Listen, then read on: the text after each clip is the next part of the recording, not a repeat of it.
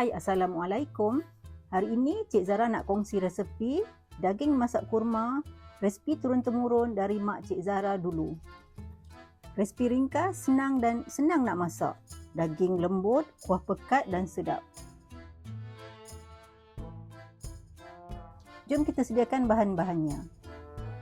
300 gram daging, rempah kurma, 4 sekawan, santan, bawang besar, halia, bawang putih, ubi kentang, asam keping, kerisik. Bahan untuk taburan: bawang besar, carrot, tomato, cili padi dan cili hijau.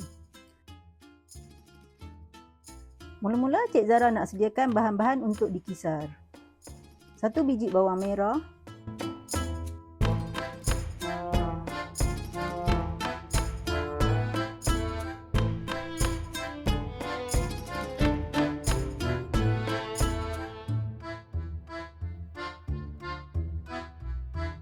setengah inci halia,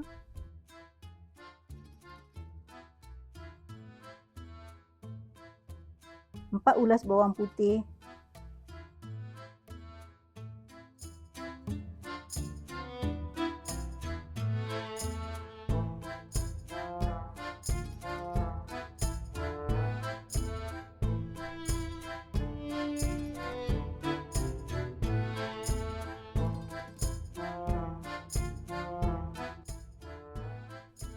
dah siap, jom kita start masak. Panaskan minyak. Masukkan 4 sekawan.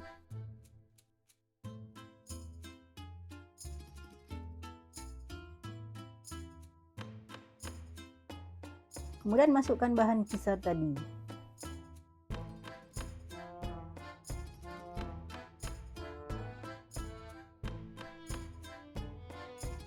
Masak sehingga kekuningan dan naik bau.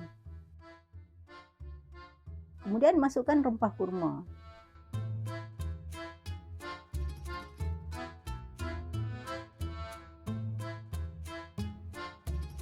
Masak sehingga pecah minyak.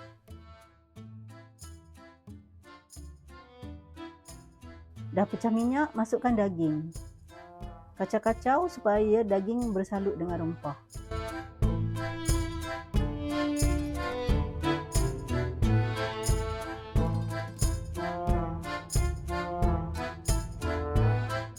Kemudian masukkan sedikit air.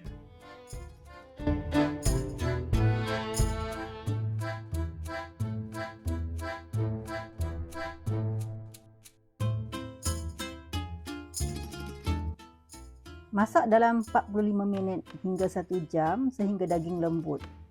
Tutup periuk dan masak dengan api yang kecil.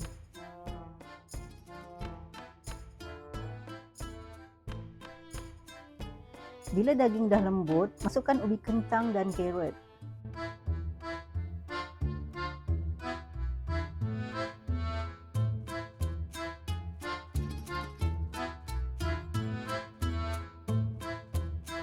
Masukkan bawang.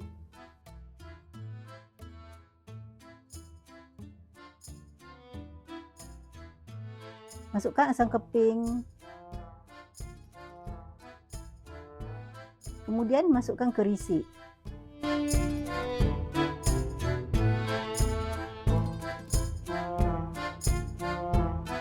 Tutup periuk supaya ubi kentang cepat lembut.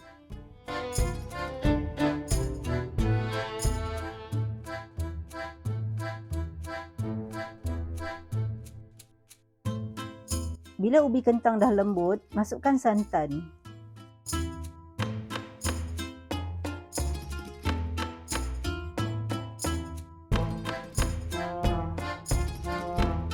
Kemudian masukkan garam.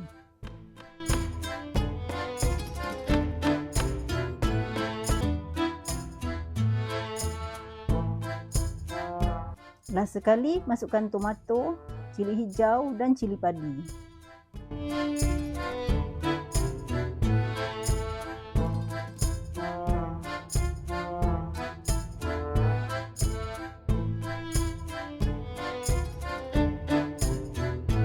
Kalau kuah terlalu pekat, boleh tambah sedikit air ya. Tutup sekejap supaya sayuran cepat lembut.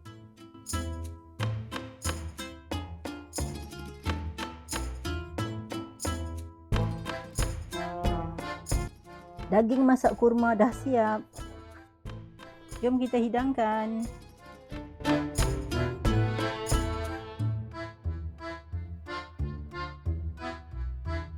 Terima kasih kerana menonton. Jangan lupa like, share dan subscribe. Jumpa lagi. Bye.